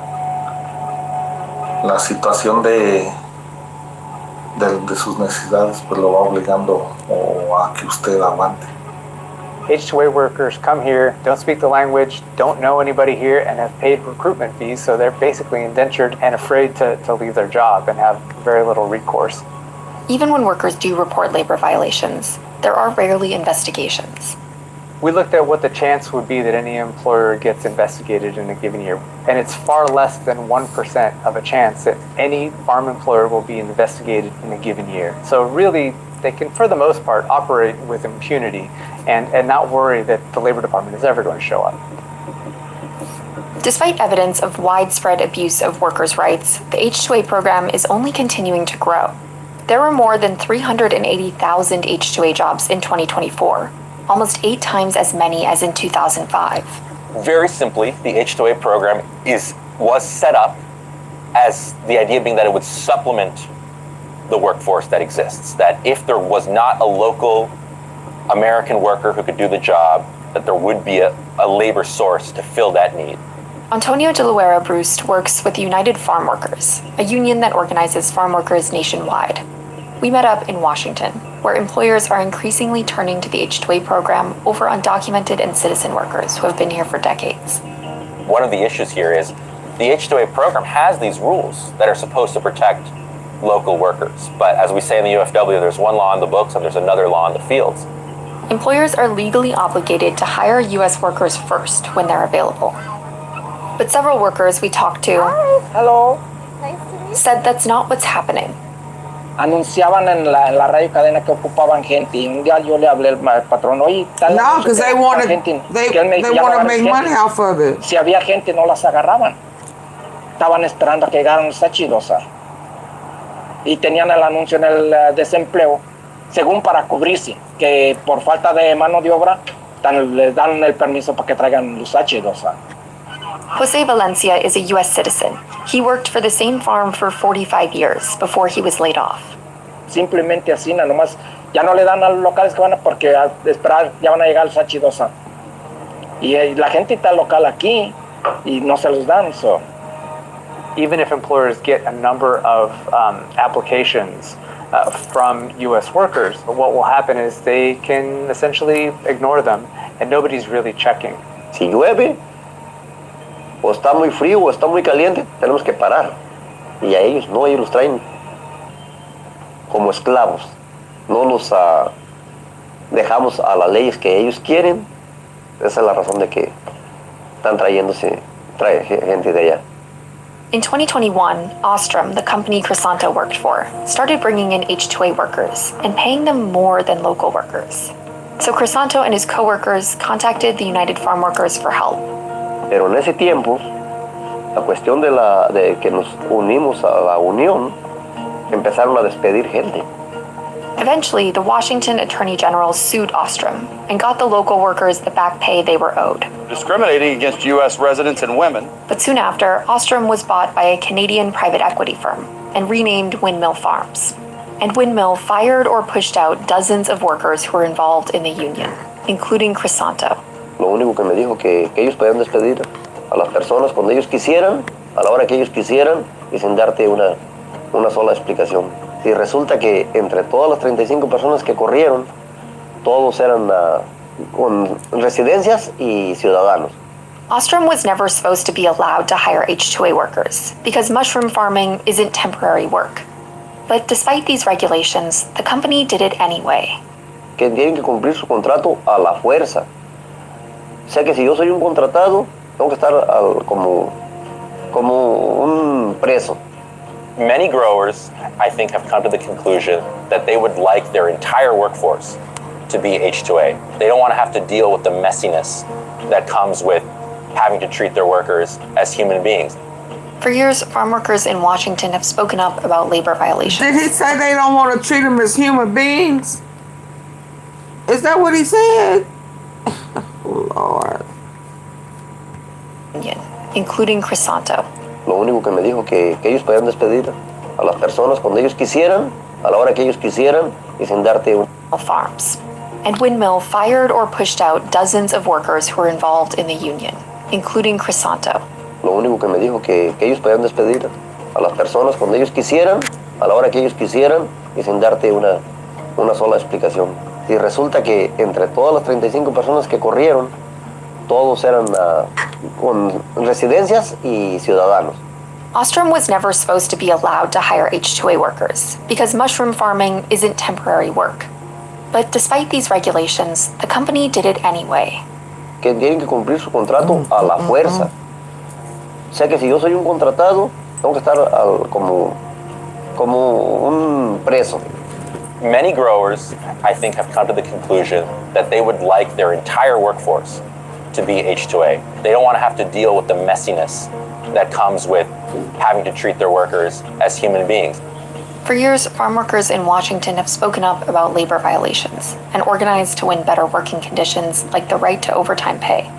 But now, with the pressure of a growing H-2A program and the threat of mass deportations, workers might be less inclined to stand up for their rights. The U.S. in 2023 spent over $30 billion to do immigration enforcement. Compare that to all of the worker protection agencies that the U.S. government has combined, got $2.2 billion. That shows where our priorities are. Already, the farm worker activist who helped win overtime pay in Washington was detained by ICE. Other workers are worried they could be next. No sabemos qué va a pasar con nosotros. Mucha gente tiene miedo. A mí me han dado ganas de decir, ay, tirar la toalla y decir, ok, pues si no me quieren aquí, decir, ya me voy, pero mis hijos, tenemos hijos. Es como quitarles oportunidad, ellos que nacieron aquí, seguimos luchando y estamos echándole ganas. One of the great ironies of this moment is that Trump's mass deportation threats are being very cynically used by some growers to push for expansion of the H-2A program. The American Farm Bureau, one of the largest agricultural lobbying groups, has long advocated for expanding the H-2A program. If the Trump administration comes after undocumented farm workers, this could become a reality. Si usted deporta a esta gente, ¿quién haría ese trabajo? The problem we have is we had people coming in under my administration, and they were coming in legally. They were coming in through a system that we had. Oh, sorry.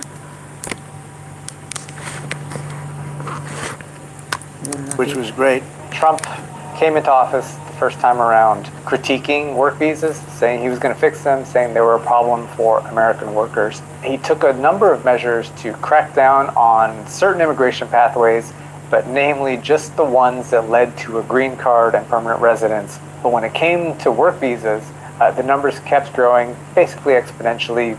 Now, Trump has insinuated that undocumented farm workers should leave the U.S. voluntarily and come back as guest workers.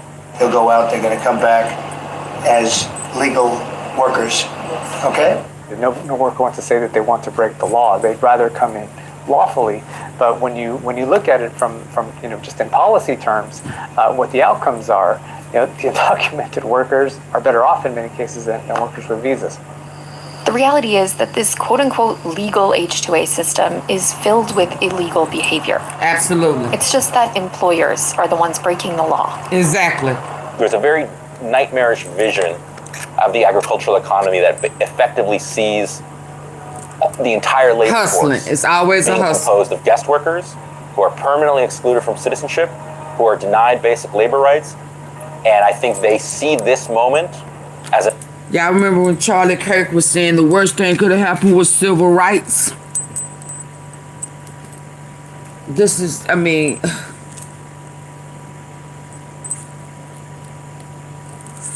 they want the workers to not have rights. That's the making America great again. Trick them. Tell them one thing, and once they get here, they gotta pay to work. They gotta pay to work. Can't tell nobody. It ain't gonna do no good. So now they breaking the rules and breaking the law that they set.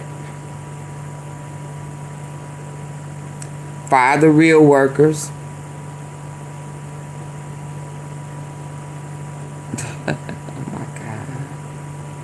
Do y'all see what's going on? Okay, let me go. I'm sleepy, y'all. Y'all have a good night.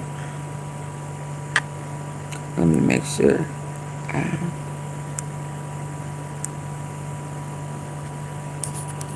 I don't even know if y'all can hear me.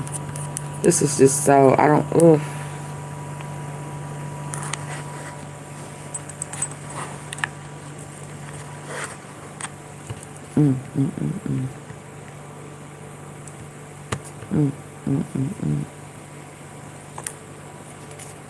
This is just sad. It's pitiful.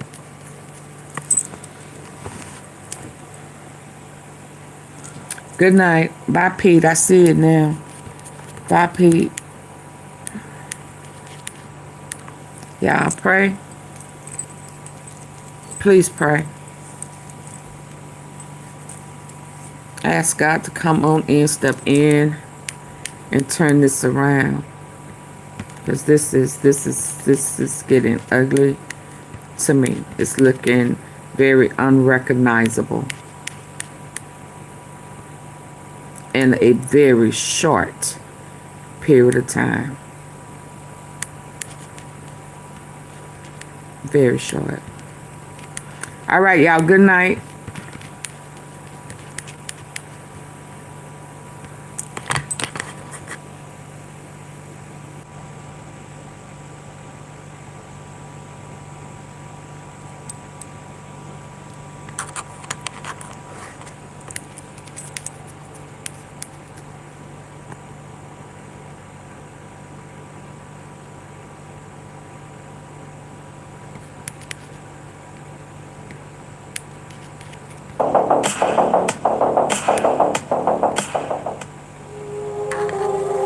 It is important to know that modern rabbinical Judaism is not the same religion of the Hebrew Israelites found in the Old Testament. Most Christians think that Judaism is merely the practice of the Old Testament Mosaic law, but the truth is that it's a completely unrecognizable religion.